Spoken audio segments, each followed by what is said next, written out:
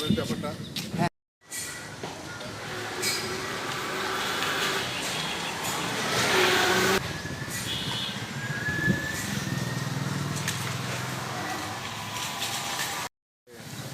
দেশনেত্রী বেগম খালেদা জিয়া সবসময় মানুষের জন্যই উনি করে গেছেন এবং ওনার ইচ্ছাও মানুষ যাতে সুখী শান্তিতে থাকে।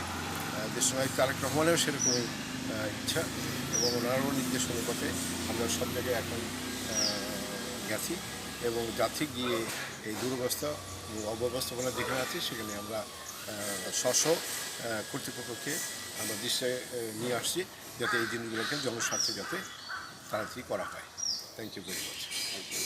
মূলত উদ্দেশ্যটা হলো যে সম্প্রতি যে ভারী বর্ষণ হয়েছে তাতে এলাকাতে দেখলাম যে যোগাযোগ ব্যবস্থায় যেমন দুর্ভোগ দেখা দিয়েছে।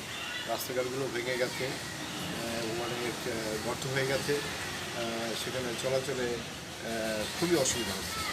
তো সেই চিন্তা করি এক্সিএর সঙ্গে কাছে আসা এবং এখন বর্তমান সরকার এবং